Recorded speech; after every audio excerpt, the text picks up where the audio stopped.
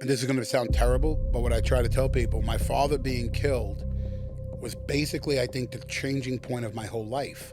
Because my father was a gangster. My grandfather did 30 straight years in prison. When he died, it kind of broke the cycle of me, because if he would have lived, would I have been a gangster? Would I have done 30 years? Would I have followed in his footsteps? Right. Would I have been in prison with my grandfather and my uncles and everyone else?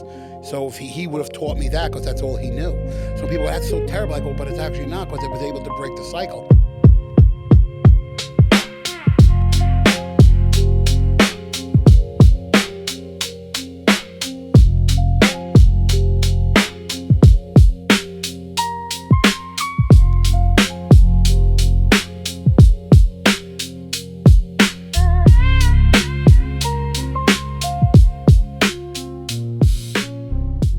What's up, guys? Another episode of Hall Pass. Today's conversation gonna be a little different.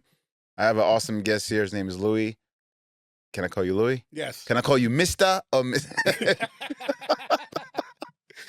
Louis Lombardi. Now, you know, all of us play different roles in our lives, but sometimes it's stop to understand or ask ourselves, who are we really?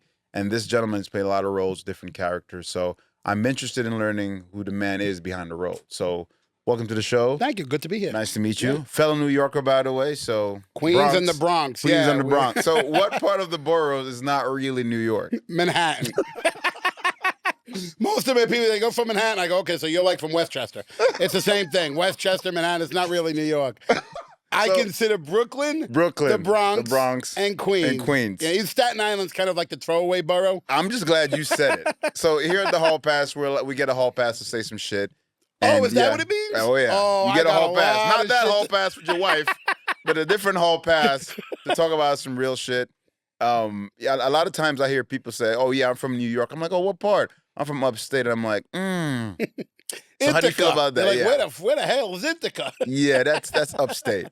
So acting is something I definitely am trying to get into as a fighter. I think it's an easy transition. Definitely learning how to change character, pretend. I remember doing a fight scene and they were like, no, you can't really throw a punch. You gotta kill someone. Yeah. I gotta move my head to it. And it was cool. I'm learning different techniques. I've seen some of my friends, they're great actors. We've seen some people in the past who, they play roles, and I'm always curious about this. When you play a role, do you feel like you lose yourself, or you can do you carry that part of that role with you, or you can still get out? Yeah, every role I do, I kind of personalize to my personality, but that character. Like when I did Sopranos, I played you ever watch Sopranos? I've seen the first episode. I did the second season, and I played the FBI agent, right? And I'm like the hardcore FBI guy, like the Big Pussy. He was a star, Big Pussy was, Oh, no? He was one of the main characters on the show. I didn't know. That's his real name? Yeah, Big Pussy. Oh, I didn't know that. He's famous. The guy's I know him since I'm 13, but we end up getting on the biggest show together without realizing it 30 years later. Pussy. So Big Pussy was the gangster on the show. People loved him, but he was like a drug dealer, beat his wife, rat, and he was the rat on the show. Okay. He was the informant on the Soprano guys. So anyway, when I did the show with Big Pussy, I was this hardcore FBI agent. Hey man, you better tell us, we want Tony to, I was like this real aggressive New York cop, right? Detective, trying to get him to, give us information. 2 years later, I get on a show called 24. Oh, right? with Kiefer Sutherland. Kiefer Sutherland, yep. And I had a great role. I play now on this show, I play the FBI guy, the computer guy on the show, but I was this sad, quiet guy. It was an opposite of the Soprano character. Okay. You know what I'm saying? Yeah. Where he was like every episode crying, his mom dies, he dies, everyone dies, and everybody's yelling at him. He's just sad, crying every episode. Wow. So it was so opposite of The Sopranos, but it was still a cop. So again, like when I do these roles, I try to just add myself to the role. You know what I'm saying? Like if I was a New York FBI, but if I was a sad cop, what would bother me?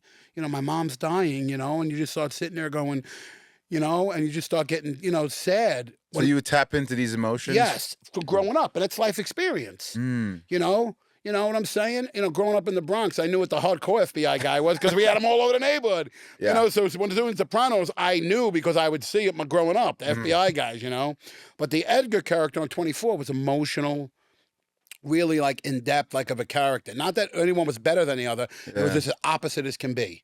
Okay. And I was very fortunate to be on two of the biggest shows in TV, kind of TV history, Yeah. with absolute different characters. You know, so when I meet Soprano people, they're like, "You're on Sopranos." People be like, "No, he's on 24." People don't correlate the roles Right. because it's not the same audience. I've seen that, man. Not to cut you off. I've seen.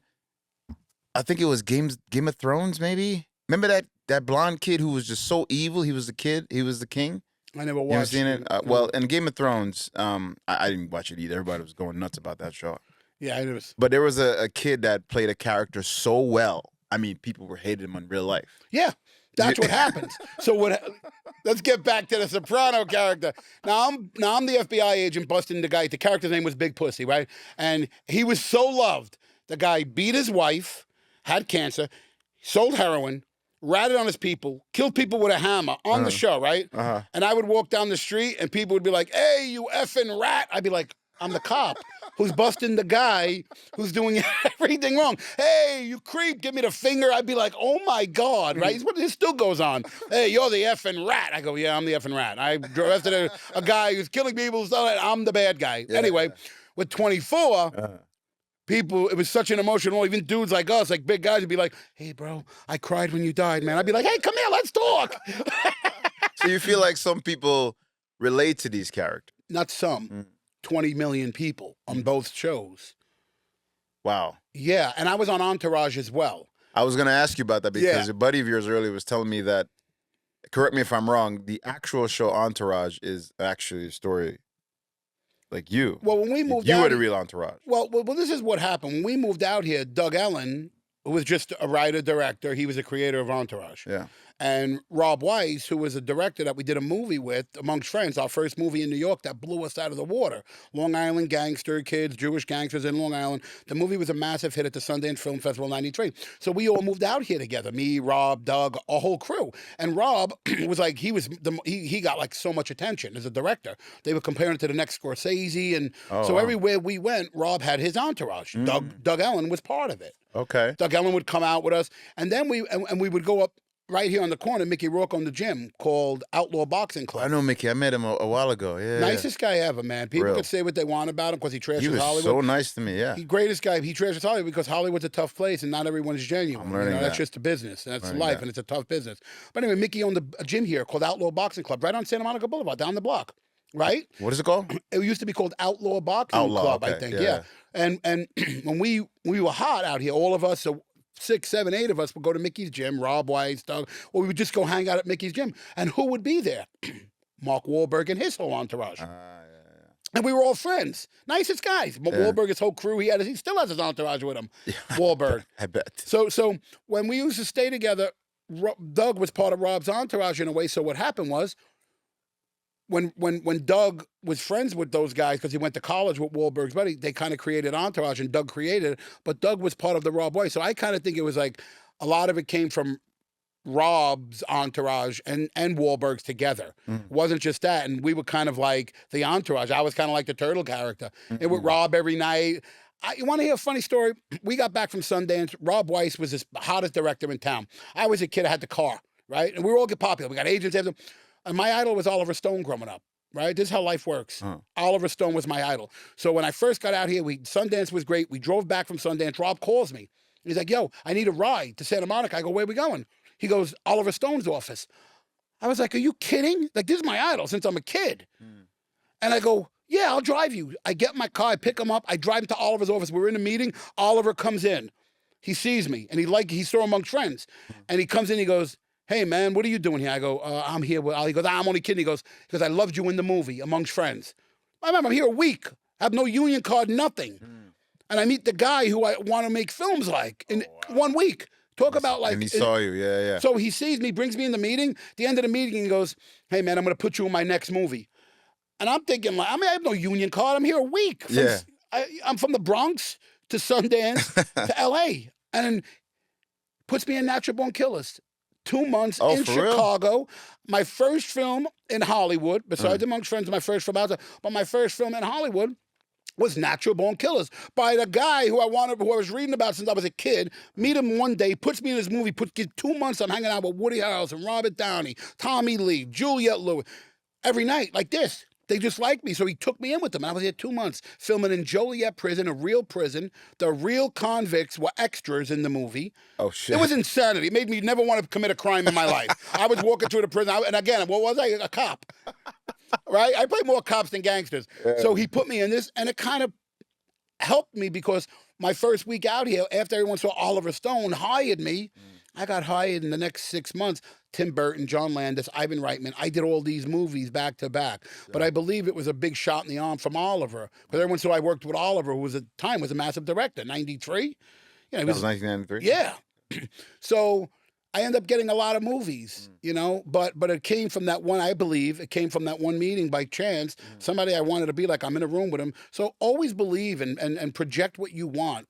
But have a vision, even though it might sound far-fetched. You know, people, oh yeah, I want to own this. How do you know? You're already rejecting yourself, and that's what I did. I talk about that so much, man. Can I tell you? I never went to acting school. Oh shoot! I never went to film school. Yeah. I went to 5th grade. I run 2 businesses. I've been in 100 movies. I won an Emmy we won an Emmy for 24, being on the best drama. You know, and all of this is self-taught. That's why when people say, you know, growing up in the Bronx, you know, our life started as, like, my father was killed when I was 3. So from then on, and this, and you almost look at it, you know, because then I was just out on my own, because my mother was having a tough time. So at 5, 6, 8, 10, I would just sit down with my grandmothers who were really old. So no one taught me politics. No one taught me religion. No one taught me anything. So how I learned shit in life was by going through life and seeing how you treated me. I never cared what your I was saying this earlier, what your color was, what religion you were, what political. I never knew any of that. I just walked through the streets going, I like this guy. Or I don't like you. Yeah. You know? That might be an East Coast thing. That might be an East Coast thing. Because I feel like, and you can tell me about this, I feel like New York is like the final boss for the rest of the states. Mm-hmm. You know, because I live in Texas right now. They complain when it rains, snows. I mean, I remember going to fucking school when the snow was this high. Yeah. What a way to freak out. Yeah. Yeah. So go ahead. So basically that's like, you know, so I just learned everything organically. Yeah. I was never told, go to church, because I didn't have no one to tell me, you know, or go to school. I went to 5th grade. No one said go to school. I didn't know. I would just not go to school. Did you always want to be an actor? Always. I have headshots since I was 12. And you want to, and this is where, like, when you look at like how shit happens. When I was a kid and I was in my grandmother's basement where I lived for a while, you know, and I'd be watching the TV in the 70s, the Jeffersons, The Odd Couple, all those great shows in the 70s, right? And I would fixate in front of the TV. That was my outlet. As a kid, sitting on like the fold-out bed in my grandmother's basement, and I would sit there and I would watch TV. 5, 6, 7, and when I was old enough to be 12, 13 years old, I went and got headshots. Because I said, this is what I want to do. But out of tragedy came great circumstance. You know what I'm saying? Saying, even though bad stuff happened to a kid, I started learning on my own to build. To go, okay, I want to do this. And no one taught me how to act. I just would get headshots. I would figure it out. Did you have any important people in your life that kind of helped guide you, whether it's a father figure? No, yeah, but they were all criminals. My grandfather did 30 years in prison in the 60s, the same time frame. All my friends did 25 years in prison, all of them. So you come back to the Bronx, they start telling jail stories when they're all together. Yeah, I was in 76. I was in 3. I would go, oh, my God. Like we talk about Queens in the Bronx, they're talking about, I was in Lewisburg, C-72. Oh, my God. They were all talking. I'm like. You were there? I didn't see you sell Black Boy. That's what they said. I was there. I was doing a movie, and they all came to set, like 10 of them. And one did 20, one did 10, one did 30. You know, they all did long periods of time. So, you know, but these are my family. These are my, you know, these are not, you know, I don't, you know what I'm saying? Yeah. So it's funny because they all talk their prison stories to each other when they're out. But that's where life I came from. But I always had this vision as a kid going, I want to do this. I want to do this. And everyone would, another thing I try to explain is don't listen to people. Everyone's going to tell you, no, why? It's hard. Yeah. When I was starting acting at 12, 13, I have headshots at 13. You'll be like, no way. People think Sopranos was my big break. What? I did 100 movies before Sopranos. Throughout the 90s. Yeah. Sopranos wasn't until 2000. Yeah. So I did all these movies because of Oliver. I say it helped. But I did all this stuff. So You know, I just was out there and people would be like, oh, you want to be an actor in the Bronx. You want to be an actor. Everybody would shit on your dreams. Yeah, yeah. And I always was the person with a strong mind. Shut the hell up. Who are you talking to? I was always that aggressor. I was a street kid, a hustling kid. Yeah. So that was where that was the best thing that happened because it bred me for Hollywood. Yeah. I could walk anywhere. Well, I feel like that back in the day, there was a little bit more, how do I say this? It was a different way to go after what you want. You know, parents were a little harder on you. With the new age now, do you feel like kids these days, or maybe this new generation is taking like a shortcut? Because I feel like a lot of, they're trying with the whole influencer thing. You know, back in the day, you auditioned for movies, you went into rooms, you breathed with people, you talked, you did this. Yeah. Now it's like put yourself on tape in your bathroom, and let me tell you if I like it, your auditions. No one sees it. Why is it no more COVID, no more nothing? Why are we not in rooms anymore? Do you feel because the times are changing and we should change with it?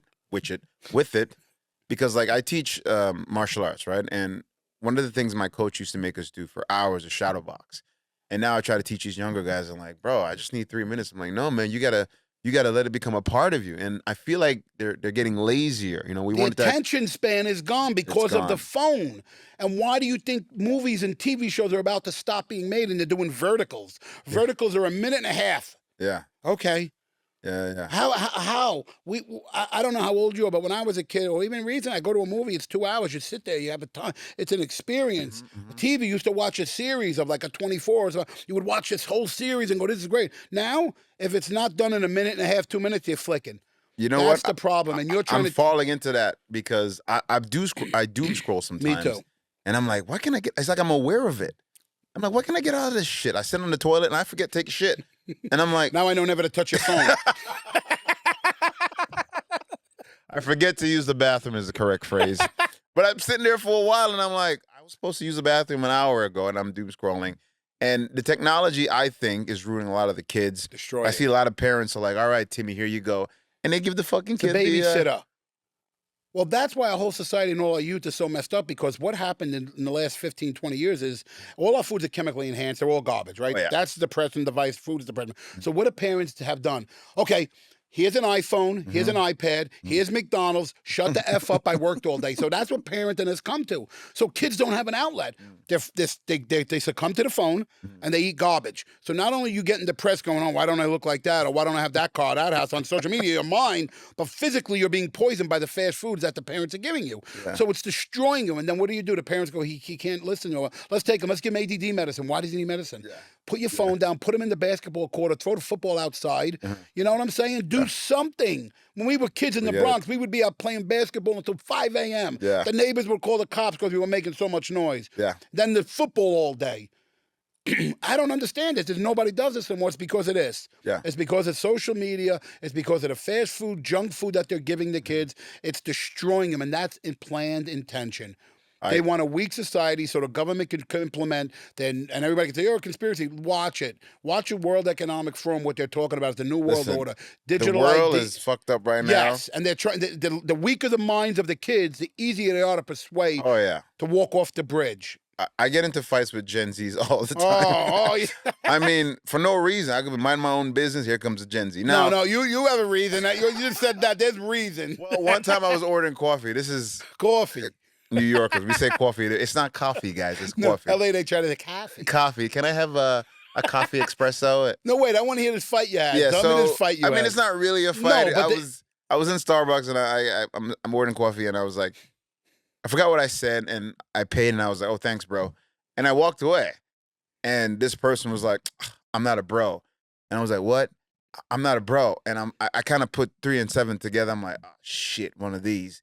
And, clearly in my peripheral, it was a dude who tried to look like something else. Probably a nose ring in the middle. Yeah, but they have a name tag. They point to their name tag and they said, I'm a they. And I'm like, I don't know what that is, man. I'm not a man. I'm like, it put me in such an awkward situation. Yeah. And me being a New Yorker would be like, man, I don't give a fuck what you for fucking coffee, right? Right. But I'm trying to be a good guy. Politically correct California person, yes. And I'm like, listen, man, listen, whatever you are, just have a good day. And I fucking walked away and it's itching me. I'm like, fuck, I can't believe I just been nice. I gotta, but it's shit like that I have to go through all the time. And here's my thing with that. you can do whatever you want. You can be you. You call yourself a spacecraft, fine. But the moment you're trying to shove it down my throat, Right. that's when I have a problem. Or have an attitude. Yes. In general. And people they get bent out of shape about it. Like, I don't walk around and be like, what do you mean I'm black, officer? I'm not going to take this ticket. You know, I'm not going to. It sounds legit, but I'm not going to do it. I watch those videos. Oh, let me get it. I watch them. And those women get out of the car like, don't get out. And they tase them. They mace them. White women are so brave, man. They hit everything but their kids. Chasing the cops. The ICE, chasing the cars honking. What are you doing? Go home. You got 9 kids. What are you doing? What are you doing? Do you feel like, playing these roles, do you feel like you're learning more about yourself as you get in different characters? You know what? I actually loved to death what I did my whole career. I loved acting. I could just do shit like in Tuesday. I could start crying right now. My daughter, I do it when I'm out with my daughter. I may embarrass her. Oh, I do it. She's like, "What are you doing?" I'll just start crying. I'm very lucky where I guess I've been through so much. I could laugh, I could cry in 2 minutes. Yeah. Like I could adapt to a role. I loved acting. Now I'm kind of being a little disheartened by it, by the whole verticals. 1.5 minutes. I go, I talk quicker than that. Yeah. And like, how am I going to get 1.5 minutes? Like, that's what our entertainment business has come to. Yeah. 1.5 minute TV shows on the internet kind of disheartens me as an actor. Yeah. I've written, directed, and starred in 4 films, Yeah, and I write all the time, and I just watch what the business is becoming, and it's kind of disheartening for me, to be honest. Yeah. I'm kind of not loving what I do anymore. I like creating, but to be an actor in a minute series, come on. So that's more of you're not getting influence because of the circumstance, the environment? People go, I mean, how much acting can you do in 1.5 minutes? How much acting can you do it in 1.5 minutes? You know what I mean, right? Yeah. How much can you really get into something in a minute? Hey, I'm going to kill you. I'm going to get a cut. What? Yeah. You start to get, Have you seen anybody succeed in that, or do you? Well, it's just starting, and people are saying it is, and they're trying to. You know why? Because a lot of people are like you said. I'm going to be honest with you. I have the same, like you were saying. Yeah. YouTube. I don't even put on my TV anymore. I was a movie guy. I went to the movies 3 times a week. I still pay for the AMC monthly pass for $27. We could see 3 movies a week. I stopped going last year but I still pay because I want to support the industry. Right. So I still pay the third. But I can't watch these movies. I go, who's making these? These are not for the public. These are for the agenda, I would call it, of Hollywood people going, hey, we're going to make this because it has to have 18 categories to get an Emmy or another. They're not making stories anymore. They're making agendas. So it's more for getting paid and publicity and clicks. Well, let me ask you a question.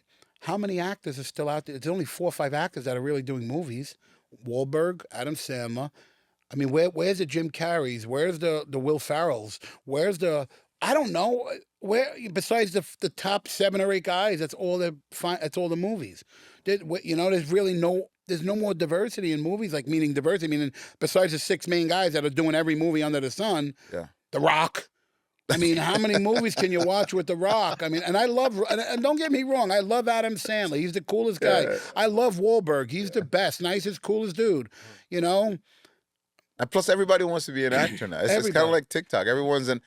And I want to ask you this opinion. What do you think an influencer is? To me, an influencer is like a Martin Luther King or a Malcolm X or someone that influenced society to become better versions of themselves. I agree.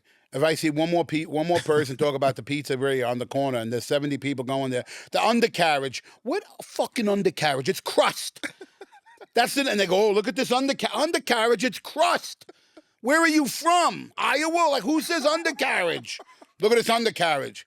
When people say that, I get so mad. I'm going to give them the brunt. How's the crust? Is it cooked, doughy? Who says undercarriage? It's like the new hip term. But again, some of them I could deal with, and I don't mind some of the influences because they are fun. They add some fun to it. But when it becomes the redundant food guys repeating the same thing, the same pizzerias in New York, the same, delis, it's become the same thing. Mm-hmm. I like some of the influencers that talk about travel and some unique places that not everyone's eating in, and not it's so accessible. Do you think other people, just how you love the traveling? The things that you don't like? Do you think other people like gravitating towards that? Maybe that's your thing. Yeah. Yeah. So I'm because my mind's always open. I love to travel. I lived in New York. I lived in Hawaii. I live in California. I've worked in every city and state in the country. I've had a great. I ain't dead yet, but I have a great life and a great career. You know, I've been to Japan. I've really experienced life for a kid with no education, nothing. Yeah. And I've really accomplished a lot of the stuff that I was set out to do as a 5, 6, 8 years old because I was mentally tough. And you know how that mental toughness came from? Being on the streets of the Bronx out there at 10, 11 years old, hustling every day. That's what I did. I didn't know anything else. I was just a street kid in bars every night at 12, 13, 14. Yeah. Hustling every night. Yeah. No one could deter me. You know how aggressive New York is. No. I was a kid dominating as a kid, going into them bars and hustling, and you know what I'm saying, hustling. Yeah. So when I moved to LA was just as tough, but there was no threat. Means it was still a hard business, like the streets are. Right. But I'm not going to get killed. I'm not going to get locked up. If I go into an audition with 10 dudes, I just walk in and go, boom, boom, boom. What's up? Because I never had fear because I was in rooms with guys that, again, did 30 years, killed 50 people. So, really... So it's environment because everybody's like, New York is this and that. I'm like, but New York is real. Yeah. They'll tell you where to go. Yeah. And so my upbringing, which was really tough, bred me for Hollywood without knowing it. You know, and the tragedies I had bred me for the entertainment business because that was my outlet to escape. As a kid, I would go to the movies, I would watch TV, and as that and accompanied by the tough streets. When I got to Hollywood, I was like, it's all mental. Yeah. Mental toughness is essential to success. That's Vince Lombardi. He used to tell his players that. Yes. Okay? And that was my biggest thing out here. I would tell people, if you can mentally break you, you lost, leave. And all the guys I grew up with, that I started in LA with, when I got out in 93, they would, that was 25, most of them weren't mentally tough. So the rejections destroyed them. You're not good for this role. You're not good. I would be like, okay, bye. I'll see you next week. Yeah. You couldn't break me. You still can't break me. Right. You can say what you want to me. I don't care. I don't care about you. Yeah. I care what my daughter and my mom thinks about me. I don't care what you think about me. Yeah. I tell people straight up. I'm not like looking for validation from anyone. I'll wear the same thing to a wedding as I would to a basketball game. You don't like me? I'll leave. I don't really care. I'm not even when I was in Hollywood, I was never glamorized by it because growing up in the Bronx, I had a lot of, I don't know, how do you say, like connections, pull. So I was in every club in New York. I was in every restaurant before I was an actor. Yeah. So when I got to Hollywood, people take that and go, I'm famous. I can go on. I always did that in New York. I was able to, my family was kind of, some people, so I was able to always just have a great life. Yeah. So when I got to LA, it wasn't like, we're going to, okay, what does that mean? We're going to this club. I've been doing this since I'm 12. Like, okay. And I never really was like glamorized by it. I appreciated it. Yeah. But I was never like, oh my God, where was so-and-so? So then do you feel like right now, because in certain aspects I feel like it's lacking. What do you think is lacking right now, especially with masculinity or men, or even in the community or even society? Well, the whole lacking of masculinity is a whole agenda to weaken society so the government can implement what they're doing. And if no one sees that, they wrote a book in 2030, you'll have nothing in life. Wait, hold on. Say that again. The whole what? The agenda to weaken society so no one will fight back against the government's agenda of the New World Order. That's why all these countries are fighting. Look at Ireland. Look at Spain. Look at Germany. They're fighting now because they're trying to implement digital ID. You'll take nothing. And they wrote a book. The guy Klaus, who was the head of the World Economic Forum, wrote a book 30 years ago, said, in 2030, you will own nothing and like it. How is it a conspiracy when the guy wrote the book 30 years ago and he's telling you in 2030, how is it? And the kids today, they're so dumbed down because it is. They're either afraid to hear it or they don't believe it because everything is a misinformation. Oh, that ain't real. They're telling you. Bill Gates gets on and says, we want to depopulate through vaccines. We want to give fake meats. We want to do this. We want to do vaccines. And everyone's like, you're a conspiracy. He's telling you. There's no conspiracy. If I come on here and go, hey, I'm going to kill you. Oh, okay. And then you leave and I kill you. You're telling me what you're going to do. I should have seen it coming. Yeah, I told you. And these kids are like, oh, no, it's a conspiracy. Oh, let's go protest. Because and that's why everything is so exciting. Again, I don't care what people are. Yeah. I don't care if you're gay, trans, white, black, fat, skinny. If you're a good person, you're a good person. And that's the way I learned growing up. I didn't know any different. Yeah. That's what I was telling you earlier. Yeah. My whole life, I learned organically how to like people. If you're nice to me and you're cool to other people, I like you. Yeah. If you're a scumbag, you're a scumbag. And I don't want to, and it's in any walk of life. It don't matter if you're trans, gay, it don't matter. That's all bullshit. Yeah. I don't judge people by what you do, what your sexual orientation. I don't care. Yeah. If you come and you're cool and we can eat pizza together and just laugh. And I learned that because I have a food truck. I have a pizza company that was doing massive things. But yeah, we're opening up a nightclub here called Mic Drop in West Hollywood. Biggest karaoke nightclub opening next week. With the pizza? My pizzas are all over the menu. You're going to open a pizza in the nightclub? It's already there, yeah. They opened in the nightclub. Yeah, they're serving my pizzas around their I'm not menu. mad at this, man, because it'll be 11 o'clock. I'm hungry. Yeah, let's go have pizza. Right in West Hollywood, right on Santa Monica Boulevard and Larrabee. Okay. Again, so I always bond with people over food growing up in the Bronx. We'd go eat pizza, and again, I didn't look at it. I didn't know again because no one taught me. Hey, I didn't have a father, or my mother was kind of so I would just meander around and judge people and how they took care of me as a kid. And I think that's why I'm like always happy in a good mood, because people actually took care of me. They saw my circumstance and no one was fucked up to me. Everyone, my father's friends, my mother's friend, my grandfather, everybody was always, what do you need? Like you asked me if I had like a fake father. Most of them were extreme criminals. But what they used to teach me was what they knew. Right. So it wasn't like they were going, I want you to be this master criminal.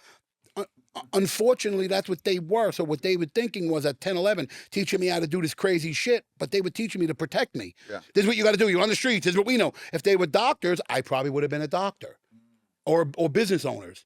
Do you understand? Because they would have put that effort of what they knew. They weren't just going, we want to teach you to be a criminal. They were teaching me to survive. And all that lessons that these guys taught me growing up, a lot of them were father figures to me, ended up staying with me in my whole life. Yeah. Good handshake, being honest, being straight up with people. I tell you 2 minutes if I don't like you, I just go, I'm going to leave. That's in New York, man. I'm the same way too. But I think right now there's kind of like a war going on between especially Gen Zs, boomers, Gen X, and millennials. But I'm going to tell you, it goes back to the agenda. The agenda is to weaken society, divide everyone so the government can conquer their 2030 agenda. Look it up. I'm not a conspiracy theorist. Look at the guy Klaus, who was on the World Economic Forum for 30 years, wrote a book 30 years ago telling you what they're doing in 4 years, and it's happening. For you to be in denial of it, could you imagine? Let me ask you a question. You have this, right? If I did this, can I punch you? Not really. No, because there's only one, two, right? But if I had 5 and I made a fist, can I hurt you? Oh, yeah. So if we stuck together, we win. But when it's divided, you're not. Can you say that again? I don't think people heard you. What'd you say? About what? If we stuck together, what? If we stick together. So the idea is to divide the trans, the gays, the whites, the blacks, the men versus the women. I don't want to be married. That's all designed. But people don't want to hear it, though, because they're so distracted. No, because they're distracted. They're afraid. Everything's a conspiracy. The internet and the news tells them what to think and say. That's just... I don't care what news. Is that the reason you think people don't want to hear it? They're afraid, especially younger people. Yeah. I don't want to hear that. They're all afraid of that. They never really had threat. Yeah. My whole life is threat. I don't care. I want to confront with stuff. If something bad, let me tell you something. I don't care bad or good. You call me, I call you back in 30 seconds. What's up? I don't care if it's terrible. I want to know. How do we fix it? I don't look at the problems in life. My daughter will tell you this. I look at the solution. So everything will break. Your health, your car, whatever it is. You start going, it's broke, it's broke, it's broke. No, it's broke. How do we fix it? Give me 10 reasons how to fix it, not 10 reasons why it's broke. That's my life. I always look for the solution in life. My daughter says it all the time. When there's something happen, I go, okay, we know what the problem is. What's the solutions? Do you think that's more, because I feel like men usually think like that. Oh, problem, fix. Well, not really. Like you're saying, a lot of the men today are just like... And again, it's the divide. It's the hate. Like, I hate this politician. I hate this one. We're divided on that. No one's listening. No one's, and it's such a plan. Every politician is related. They're all. I'll give you an example. Like when you go Trump and Clinton's. Trump and Clinton were at their weddings. Look at the photos in 92, 3, 4. They're at their weddings. They're at all their parties. Oprah Winfrey was best friends with Trump. She said, I want to be like Trump on her show. He was the most guest on her show. Okay. Look it up. It ain't me going Oprah. Oprah says it. He was the #1 guest on her show throughout the 80s. It was Trump.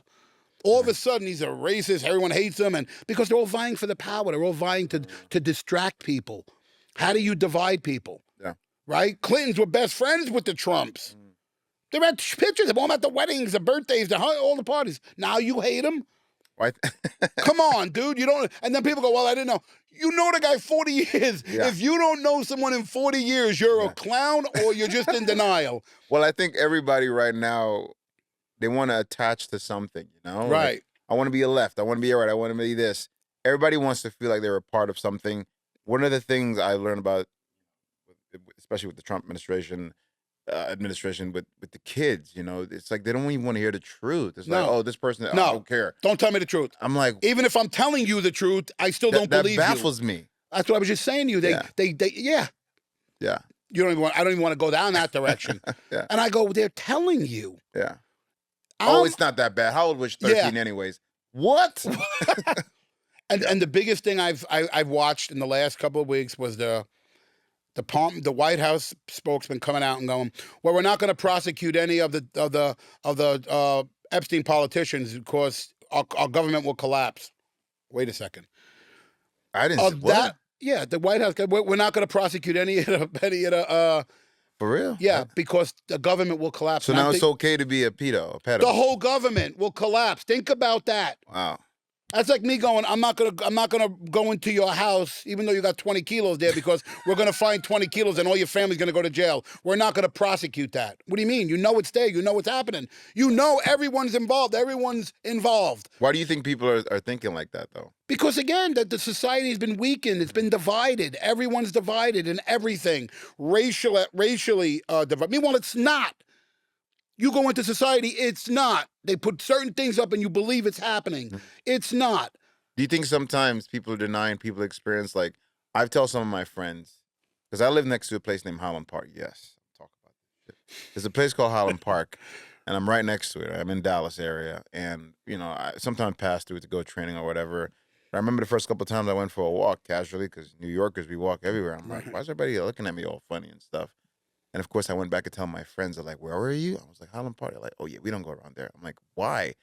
And of course, Texas is known for stuff like that. I'm like, we're still doing this, bro? But I have a free mind, like a New Yorker mind. Right, like, because you're like, I can go anywhere. Yeah, I don't have time to be racist. What the fuck? But I've tell certain people this, and they deny it. It's almost like they're denying my experience. Oh, don't worry about it. They don't see colors. Or maybe they just think they know you. Or maybe you're handsome. I'm like, bro, I know the look of you don't belong you're not here. handsome, so... This is true. I'm not. I'm all right. I'm not funny. a pretty dude, I'm but funny too. my mom thinks I'm handsome. My mom thinks I'm handsome. All mom thinks we're handsome. You know what my mom used to do, not to jump off topic? I used to have a lot of pimples in junior high school. My mom was like, oh, a lot of girls like you, that's why. And I'm like, oh, that's why I have all these pimples. Okay. There must be a lot of girls that likes me. Moms are the best. Moms are the best. They'll tell you any fucking thing, yeah. But, you know, I was talking about denying the experience. Just like what's happening to me, a lot of people, they have their perception of what they think. Or maybe they're like, I don't want to think about it. Right. But it goes back to what you say about distracting us and stuff like that. That's all it is. But I'm curious to see of why people don't even want the truth, even though it's literally in front of them. You know, that's a great question. And maybe it's fear. You know, people are afraid of new stuff. People are afraid of change. People are afraid of stuff. And even like, and I'm going to tell you, because when I do it with my daughter, I'll send her some stuff I think she should look at. She won't. I go, I know you're afraid, like maybe of stuff like that's the young society. Yeah. Again, me growing up, I was always a confronter. Yeah, me too. One thing that somebody would call me, hey, somebody said, I'd be at the bar in a minute. Yeah, what's 2 in up? the morning. You What's said up? something? Yeah. I get a text, I call you right back. What's up? What's the problem? Yeah. People go, oh my God, I do it at 3 in the morning. I'll call you. I'll email you. I'll text you. Swear to God. My buddies are like, if you get messages, because I'm up all night. I don't drink. I don't do anything. I don't do any. I cook every single night. I love eating, cooking. Yeah, I try to eat as healthy as possible with all the garbage that's in shit. You know, again, I don't drink. I don't leave my house. I'm with my dog and my daughter 24/7. I love my life. That's pretty cool. My life is amazing, you know? Speaking of life, if your life was a movie right now, what title would you give it and why?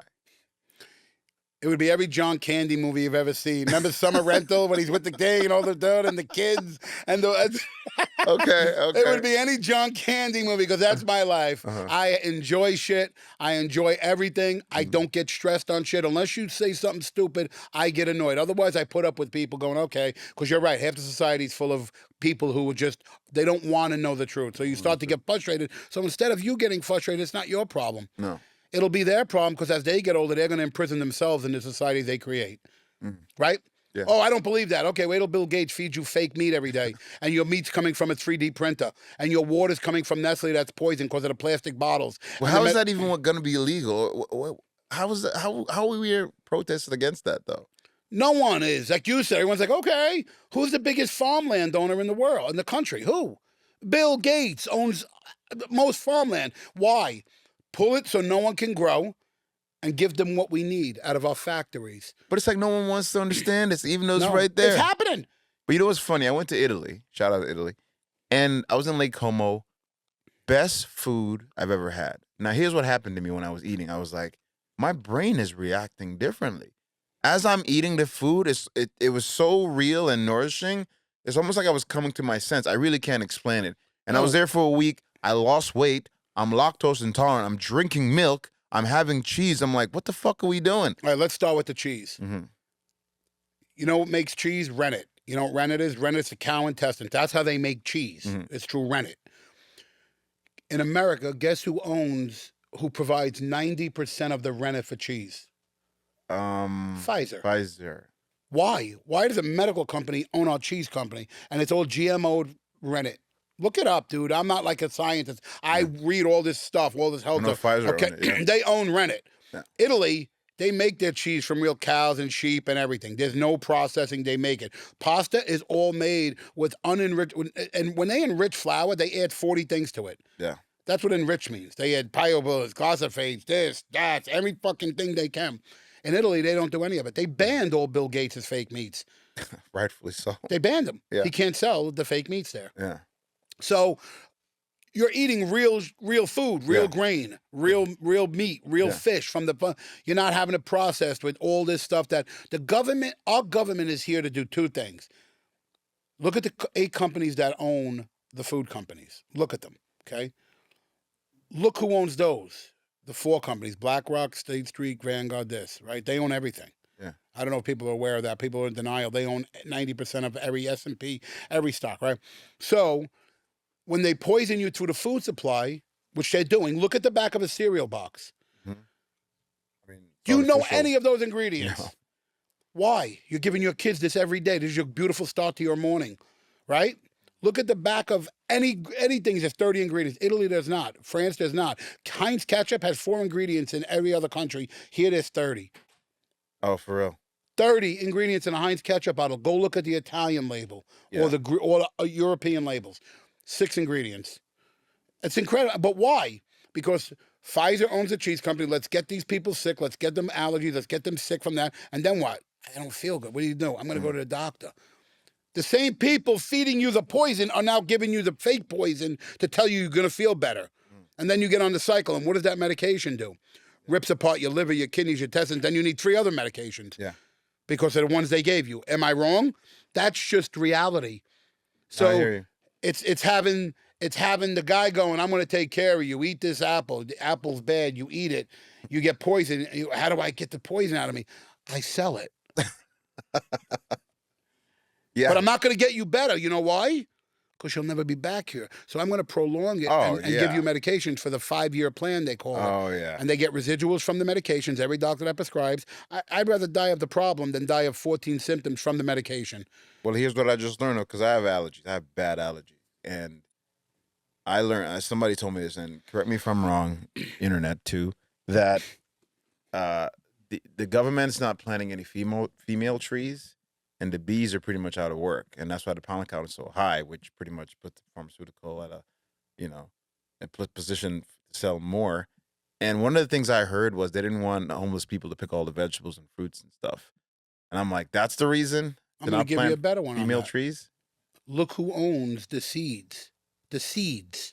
The seeds for all these countries. The seeds. Who? Look it up. Bill Gates, the whole companies, they bought all the seeds, the rights to all the seeds. That's why when you go into a thing, you see seedless watermelon. How is a seedless watermelon? Yeah. Seedless lemons. Anything seedless is GMO made. And I just saw a whole thing on who bought the rights to the seeds. Seeds are what farmers use. Mm-hmm. So the farmers can't buy those seeds. Why? Because they don't want the population growing their own foods. Look at some of these countries. Or some of the cities and states in the United States, they build a well. The government comes and says you can't have free water. What do you mean? It's underground. It's on my property. No, you can't. They make them pull the wells out because they don't want you dependent on yourself. They want you dependent on them. So do you think that's the main thing, especially in this country? That's not the main thing. That is the thing. That's what our agenda. When I keep saying agenda, this is the agenda. Make everyone sick from the food we're giving them, right? Make everyone sick mentally from the food we're giving them for their minds, the phone. So physically and mentally, they're making you sick. They're making you depressed. They're giving you anxiety. Oh, it's a bombing. It's nervous. Get nervous. Unless you're watching like the Bop House girls dance. You know what I'm saying? What else you watching? Yeah. Horrible shit, fights and this and everything. You start getting anxiety. Oh, this what life is? You know, it's funny you say that because I used to teach martial arts back in the day, and we used to teach, kids, younger kids. And a lot of kids came in with ADD, VHS, CVS, whatever the fuck they got. And I remember my sensei at the time was like, I don't believe in that shit. They just need something to focus on. 100%. And let me tell you, I've had dealt with kids with ADD and ADHD. You train in martial arts, man, we wire them so well instead of taking a fucking pill. That's right. Well, that's the thing. Get the fuck out there. Get out there and go play basketball. Go throw the ball. Go sweat. Go burn energy. Your ADD, you'll be sleeping in 2 hours. Yeah. Instead of sitting on your phone, fighting and texting, what are you doing? People, I go, dude, I tell Scott, if you don't pick up, I won't text. If I text you, hey, I'm coming, I'm there, yes. But if you want to have a conversation on text, I don't. Yeah. As I was telling her right there, the second I get a text, first thing I do, call. Hey, why are you calling? I just text you. Click. I'll never talk to you again. Ask my daughter how many people I won't even pick up anymore. Yeah, if you can't pick up your phone and go, what's I'm the guy who wants to talk. Why are you calling me? I just texted you. Yeah. Shut the fuck up. Leave me alone. I don't text. If I tell people this now when I'm in a meeting, I go, you see this? They go, yeah. I go, if you send me more than this in a text, I won't respond. Yeah. If you have enough time to do blocks of text, I will not respond. You think it's easier? I mean, I know for you, because we're old school, and I'd rather call someone. Yeah, Listen, I remember when the phone used to go bring, with the wire in the house. Yeah, with the fucking wire. And after 9 o'clock, I think minutes were free after 9, and you have to pay. Right. I remember telling someone, like, what do you mean you pay for your minutes? You pay for your minutes? Yeah. I'm like, oh, God, how old are you? Right. Oh, I was born 2010. After 9, you'd wait, and then 9:01, everyone would be on their phone. Jesus, everybody. I remember that. I definitely think society is changing. And, I've heard podcasts where people talk about stuff like this. And I'm the type of guy like, well, let's get to the core value. Let's get to the core of how to fix something like this. And like you said, you're like, oh, problem, fix.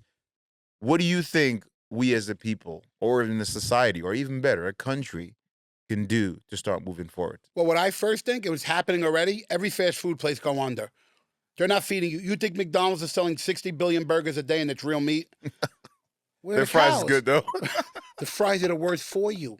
I know. My stomach hurt after I had that shit. I don't even want to tell you. Don't even get me into them. Yeah, okay, I'm not going to bash McDonald's, but every food company is that. Now you're watching 300 Carl's Jr. going out, 300 Popeyes going out, 300 McDonald's. Everyone is going out. That's one of the best steps that can happen in our society. Unless we let Bill Gates keep going, then we're dead. But if we could get the farmers back to seeds and get the farmers back to planting and growing real food again, I think that's the biggest thing to change society, because mentally and physically, when you feel you're in good shape, you work out. When you eat healthy and you feel strong. Oh, yeah. But if you go eat McDonald's and, like you said, your stomach just hurt from French fries. Yeah. But if you eat that every day and then you sit on your phone, your mind is getting fucked up from that, and your body is deteriorating inside no matter how muscle or strong you look. It matters the inside. What is going on inside, right? I know people that are big like me that are healthier than people that are in great shape. Guys 35, 40 years old, great shape, work out, he dies. You know what I'm saying? You go, you just don't know. Yeah, I was in Italy, man. I saw some big folks, and they jumping around. To 100. Yeah. Smoking, drinking wine on the beaten pizza. And I felt bad for them because of the shit that I've gone through in here and stuff like that. Right. But again, you hear people talk about that, and they're like, well, if you don't like it, you can leave. Leave where? I'm like, bro, it's not even about that. To leave if you don't where, like though? it, shut up and leave. So but where and what content is that? Like, I would bring the truth, or even with the whole racism thing, or even if I feel the government's not treating us right, well, they're killing us. And the first great step is every fast food place going out of business. That would be the first positive step. Don't keep poisoning your children with chemicals. It ain't food, it's chemicals. Let's be realistic. Yeah. right? Secondary, they're starting to go, we're reducing the internet use to kids under 15. I forgot what state.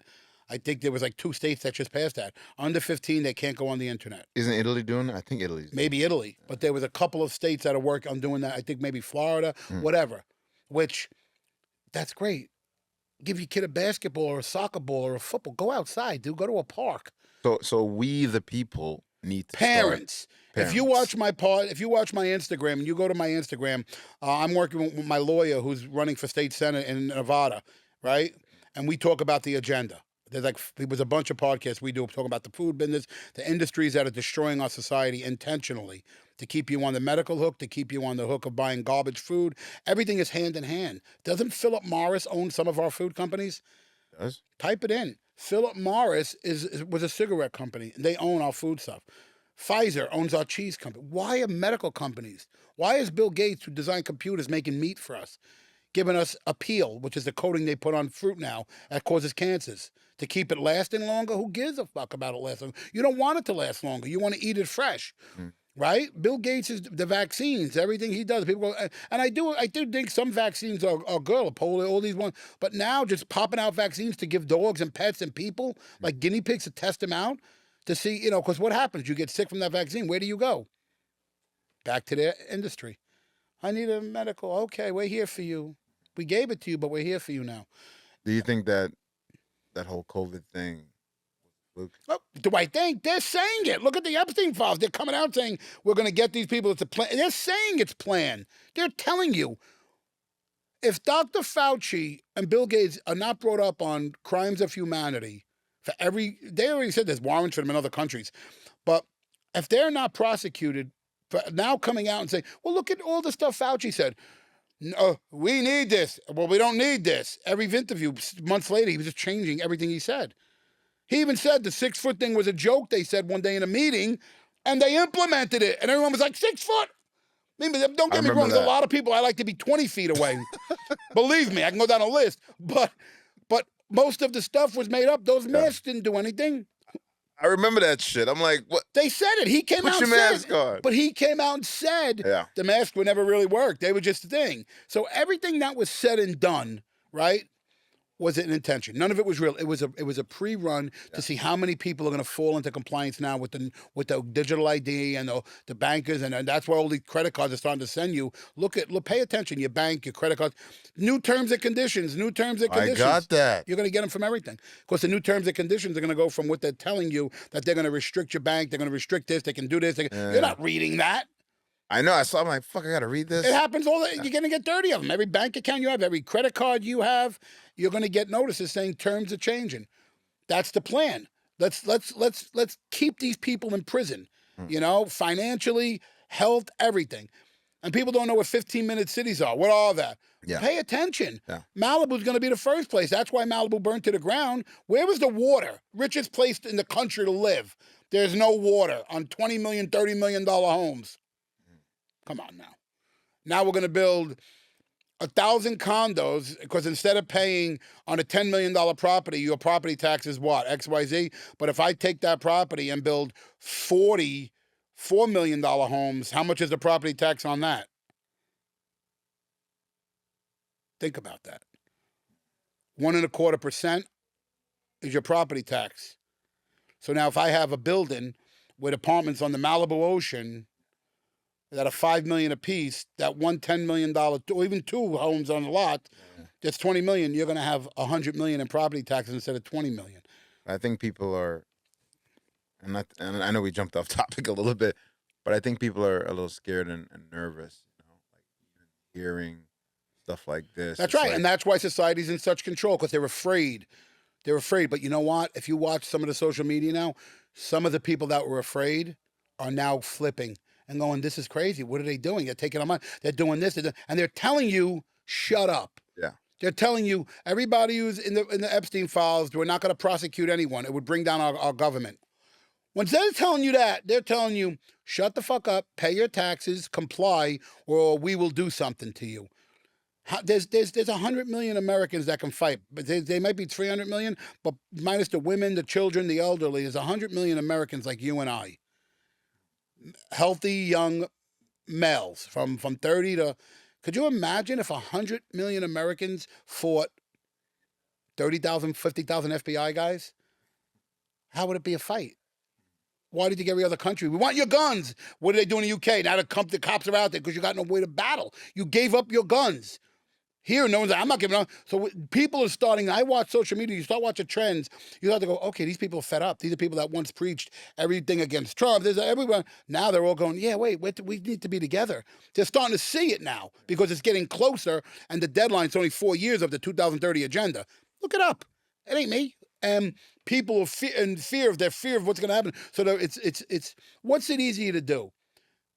Get your paycheck every day, come home from work and lay down. Or run a business where 24/7 you're on it. It's way easier to get comfortable, the comfortability of the job. Why do you think Rockefeller developed the school system? 1913, you know where that came from, right? Him and Henry Ford developed the school system. Why? They needed workers for their factories. The curriculum has never changed in 100 years. Still the same thing they're teaching. Why? Don't educate, indoctrinate.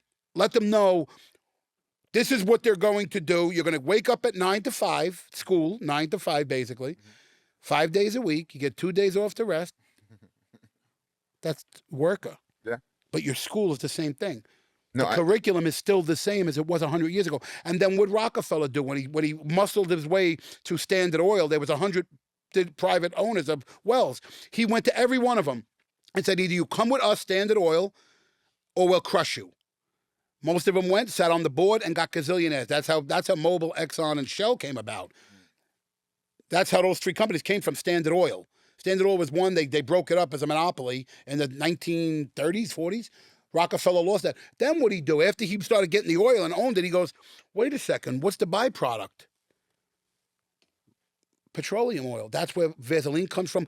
All the medicines they realized can be done through that. So he uses byproduct to create the medical industry. He created the Cancer Society. Look it up. I mean, I'm not the smartest fucking dude, but I pay attention. No, I hear you. You know, so everything is correlated, and then they were able to control the whole country between the school system because Henry Ford needed workers for the factories. And when the industrial factories are the big thing, who's going to work them? We're going to build schools. We're going to make these kids know 9 to 5, 7 days a week, 15 years, kind of like a pension. You get it after 20, right? How many years you go to school? 15? You get a pension in 20 or 30. It's the same system. So here's my question.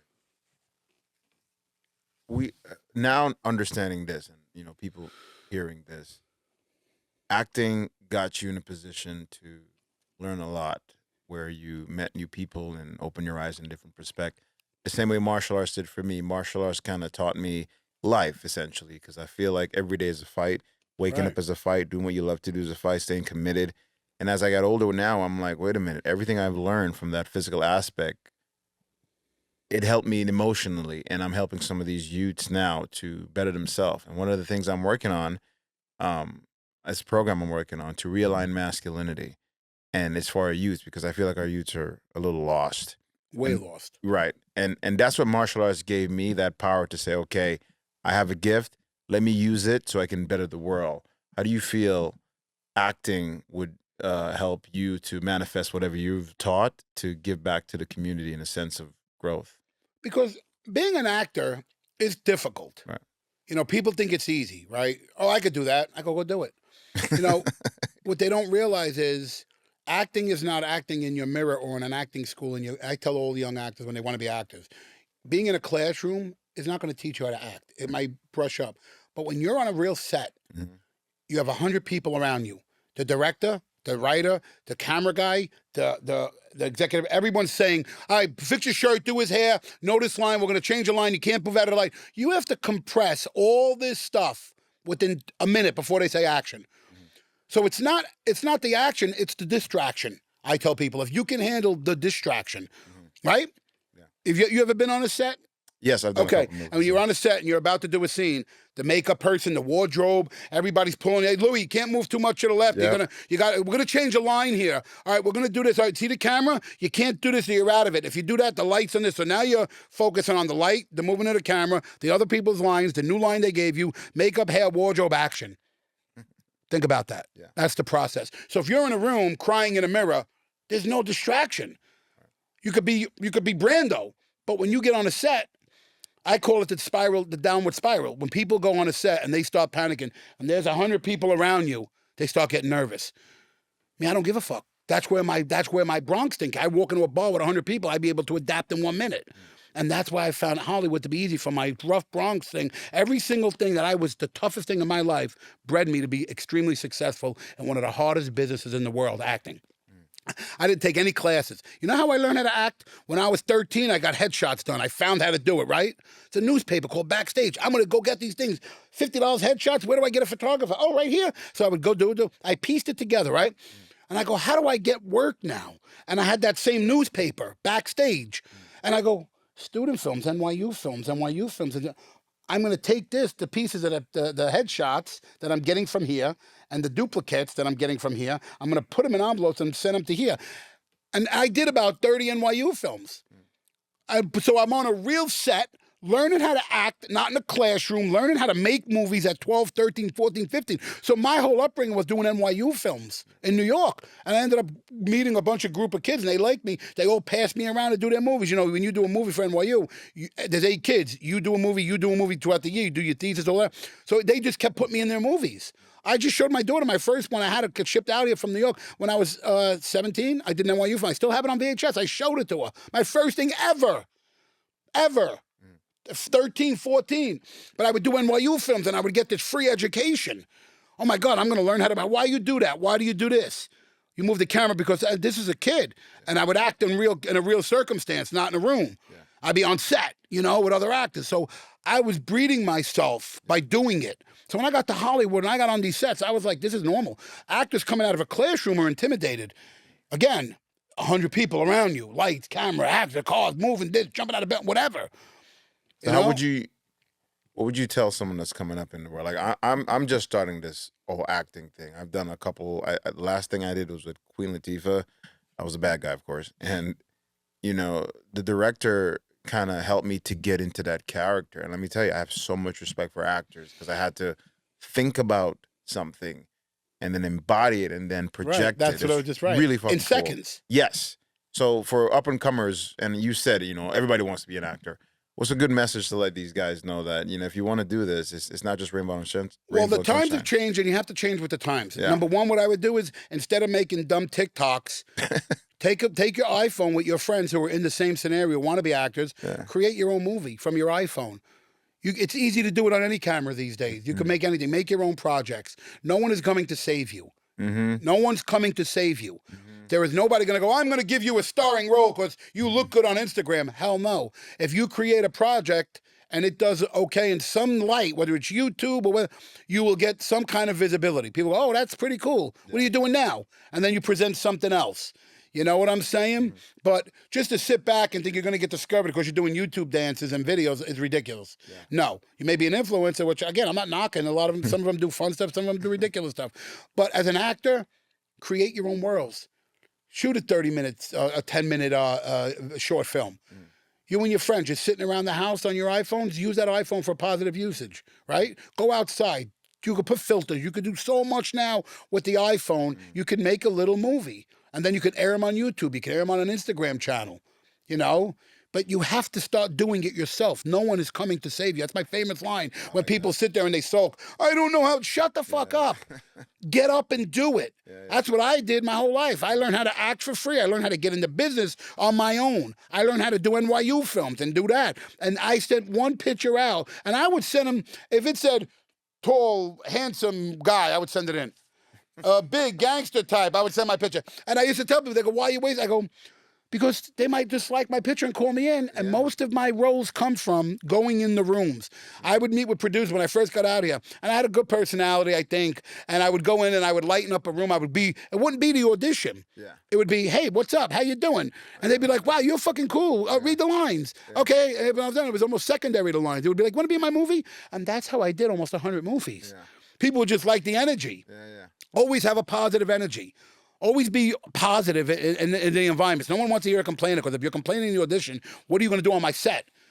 Sit in your trailer, complain? And I'm a team player. Like, I'll show up. You see what you get if I did a $10 movie or if I did a $110 million movie, I'm this.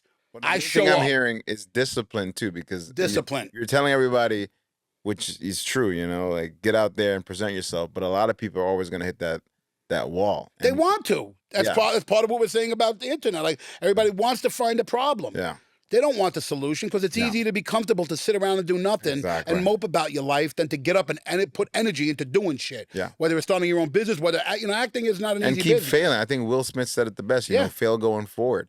And I used to teach 3 and 4 year olds. You know, I would have like 50 of them. The greatest gift you can give any child, especially from age 3 to 7, their attention span is so like this, but that's the moment for them to absorb stuff. Yes. So whatever you teach them, they're not going to forget it. That's why a lot of these kids have trauma.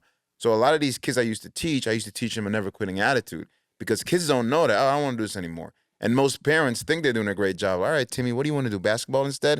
And it's like, no, don't fucking change it. He's hitting a wall. He's got to learn to work through that because as adults, that's what's going to happen. And I think a lot of these people, especially now, get into this world, I shouldn't do it anyway. Well, that's the secondary prize everybody wants. Oh, you did good, Timmy. Yeah. You get a 3rd place prize. Okay. I tell people now, never quit, never do it. And losing is the best thing you can do because it will build strength. Yeah. If you could absorb that losing mindset and going, okay, that's why I thrive. Because when I used to go in and get rejected in auditions, right? It didn't bother me. Yeah. I was like, I don't care. I'm coming back tomorrow. I'll be in the People next aren't audition. comfortable with that, though. No. They're not People comfortable hate losing. that. They'd Yeah. rather sulk. They'd rather be a victim. Yeah. It's easy to be the victim. Oh, I can't do it. You know. Oh, this but show didn't do good. Oh, this didn't do good. Yeah. We should. Like, no, motherfucker. you gotta You keep know who's a perfect doing it. example? Who's that kid who does this? The Italian kid. You know what I'm talking about? They're all every Italian does that. You just mentioned every one of my neighborhood. He's black. So there's an Italian kid, and he'll play a video of someone doing something stupid, and he'll do a simple, and he'll just do this. He doesn't say a word, and he has a great story because in the beginning he would make all these videos. I think he made over 100 videos, and nothing got the views, nothing. But he kept trying, and now this motherfucker makes millions, and nobody even know what he fucking sounds like. He just does this. So it goes back to that perseverance, that discipline, that keep going no matter what, consistency. And it's lacking. I really think it's lacking. It's absolutely lacking because people are so insecure with themselves that they think, you know, I always tell people now, failing is not succeeding. Failing is not trying. I say that to every young group when I do, you know, when I talk to actors and young people, not just actors, but in general. But actors is the same way. You know, they think, oh, I'm going to go on audition, I'm going to get a role, I'm going to be a star. And 2, 3 days, they're like, this is hard. Yeah, but you got to just keep doing shit. Yeah. I mean, I've been doing this since I'm 13. I'm very fortunate because I'm 100 miles an hour. When I first started, I not even till now recently, I kind of loved what I did. Yeah. But now it's to the point where it's not fun anymore because there's no more quality doing it. Yeah. You know what I'm saying? I'm not young where I have 20 kids sitting around with iPhones where we can go shoot stuff. If I did, I would be creating stuff with them. You know? Yeah, you know, and just keep doing it. And No, I like that, man. These days it's really hard. Like I'm very fortunate. Like even when I started, I was able to collect a pension 30 years ago. Now, the last 10 years, you'll never be able to collect a pension in this business. They dismantled it so much, right? You'll never be able to collect a pension. You could do this for 50 years. You'll never get a pension. You're never going to get your likeliness of getting health benefits every year are done. It was all designed. Save SAG this money, but they're paying the people who run the SAG hundreds of thousands a year. But there's people, they raise it, and what they started doing was, okay, now a guest star used to get 10,000 for. Now you're going to get 1,000. I'm going to shoot you in 2 days. Yeah. Because I'm SAG, and yeah. Oh, I don't even go into SAG. I could show you, and it's all intentional. Yeah. You know, and I'm so fortunate where I was able to collect a pension that I'll have forever. But you'll never get, if you started acting 10 years ago, you'll never get a pension. Everything was so SAG, AFTRA, this, that. They broke it all apart and they reduced all the fees. I used to do a guest star when it was on network TV. You do a guest star, you make 10 grand for the guest star. You get another 10 grand when it reran 3 times that year. You're making 20 grand from one guest star. Now, okay, here's the deal. It's not even fun. They go, here's the deal. We're going to give you a guest star. You need to shoot it in 2 days. We're going to give you 1,000 a day. I don't want it. I tell them I don't want to do it. I do this for a living. I don't do this to be famous. I'm already famous. I need a living. Yeah. And you can no longer make a living. They reduced everything. And now you don't get residuals from streaming. You used to, oh, yeah. Yeah, you used to get 10,000 on the 2 reruns on network TV. Now you get 0. They put it on Netflix. All these people, you get nothing. Yeah. And they lowball you on your pay. Yeah. We're going to give you $500. Okay, so I'm doing this for $500 to show up to make you worth how much is worth? $100 billion Netflix or whatever. Yeah. But you can't it's a hurry pay. up and wait too, right? Right? Yeah. So there's no gain for it anymore for me. Yeah. If you're a young actor and you got a guest star, it may help you, it may not.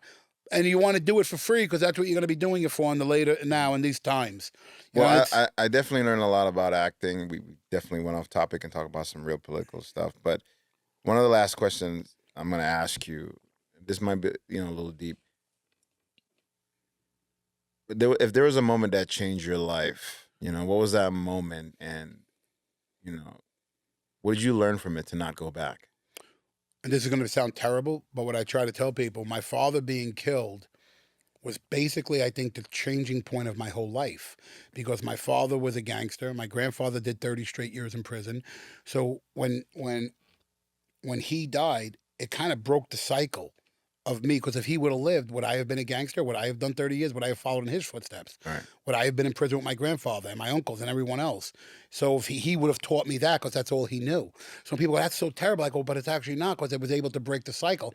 I've been visiting the federal prison system since I'm 5. I'll show you pictures 5 until 40. My whole life was in the federal prison systems. My brother did 33 years in Norway on death row. He lived with me for 10 years. He was like my brother. He got caught for whatever, death row. My grandfather, so all these people went to prison. And if my grandfather didn't go to jail, if my father would I have been here with this amazing life with no education, traveled the world, made a great living, lived like a king for 40 years. If he was around, and I always tell people that, it's breaking the cycle. My daughter's never going to know what it's like to visit prisons, hopefully. Unless I kill somebody in this room today. But you know what I'm saying? But and people think, wow, and my whole life has been out of the darkest have come the brightest. Yeah. Everything. When I got fired from a show in Hawaii, I was sitting there going, oh my God, I was a star. I was 30 years old, living in Hawaii, shooting Fantasy Island with Malcolm McDowell. And I got fired from the show. The show was a bomb, my first big show. And I'm sitting there going, wow, this is terrible. My life is over. I go to New York to visit my mother on Christmas. I'm there a day. Georgianne Walken, who cast Sopranos, they already knew about me because they were trying to get me out and go, Louis in town? Yeah. I was just there visiting my mother because I got fired from a show thinking my life was over.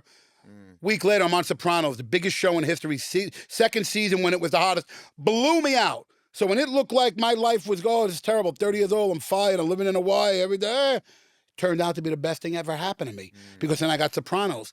And then what happened after I got that? The guy from 24 saw me on Sopranos, Joel Surnow, the creator, and goes, hey, come in, we want to give you one episode. It turned into 48, we won an Emmy. Nice. Sopranos, I was supposed to do one episode. I did 13, and it was the biggest season in The Sopranos. The character was so well known. Again, I went in for one episode on both shows. I ended up doing 48 on 24.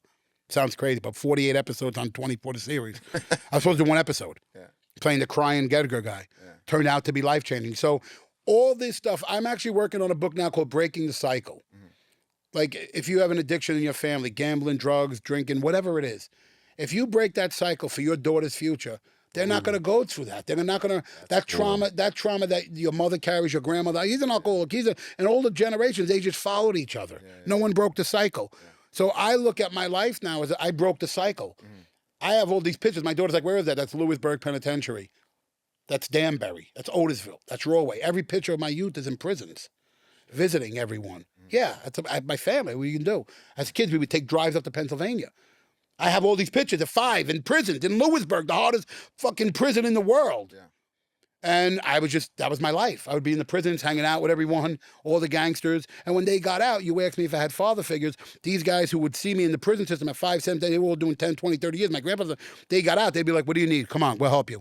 And again, they weren't trying to go, we want to make you a criminal. They were like, we're looking out for you. This is what we know. We're teaching you. But I was fortunate enough to break the cycle at 25. I got this experience. Oliver hired me. And now look, if that tragedy wouldn't have happened at 3, 4, 5, where would I be? Would I be in jail? Would I be a gangster? Listen, to end on that note, that was a beautiful story, by the way. Thank you for sharing that. I'm going to close out with this. At the end of the day, I think we're all playing roles I think I might have touched base on it earlier. We're all playing roles differently, whether it's to be a father, whether it's to do whatever. And a lot of times when we go home, we can't lie to ourselves, and that mask usually drops. So it's like, well, who are you really? And what I've learned from all of this is that life is happening with or without you.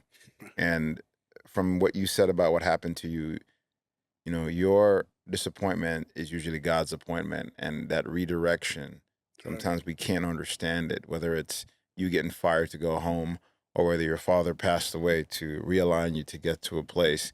And I think if, as human beings, we learn to kind of, I'm going to say, go with the flow, you know, learn to be connected to everything and detached, I think life will play out the way it will be. That's right. Yeah. And don't always, and again, I told you this earlier, no one's coming to save you. Everything will break in life. Yeah. It's a matter of fixing it, right? Fixing it. Yeah. Don't sit there, soak, and look at the problem for 10 years. Look at the solutions, and it'll open your eyes. You know, and again, it's just, it is what it is. And I tell everybody, we'll end it with this. Never quit, never listen to anyone, and always believe in yourself. Yeah. You know, always. Louis. Yeah, this was a great interview, man. Thank you so much, man. That was great. fun. Yeah. I appreciate you coming out. I know Thank I talk you. a lot and talk fast. I don't know if you Brother, understood you made it. my job easy. I was like, shit, I ain't got to do nothing. But no, You're from Queens, though. We got it. Yeah, we got it. You know, as long as we're not from Manhattan, these Californians, they don't get it, you know? Yeah, California guys, we let them hang out with us. Yeah. Let them feel real for a moment. But thank you so much for coming on the show, man. This is the Hall Pass, guys. Thank you so much for watching. Stay black. Don't forget to like and subscribe and leave a comment down below. I'll see you next time.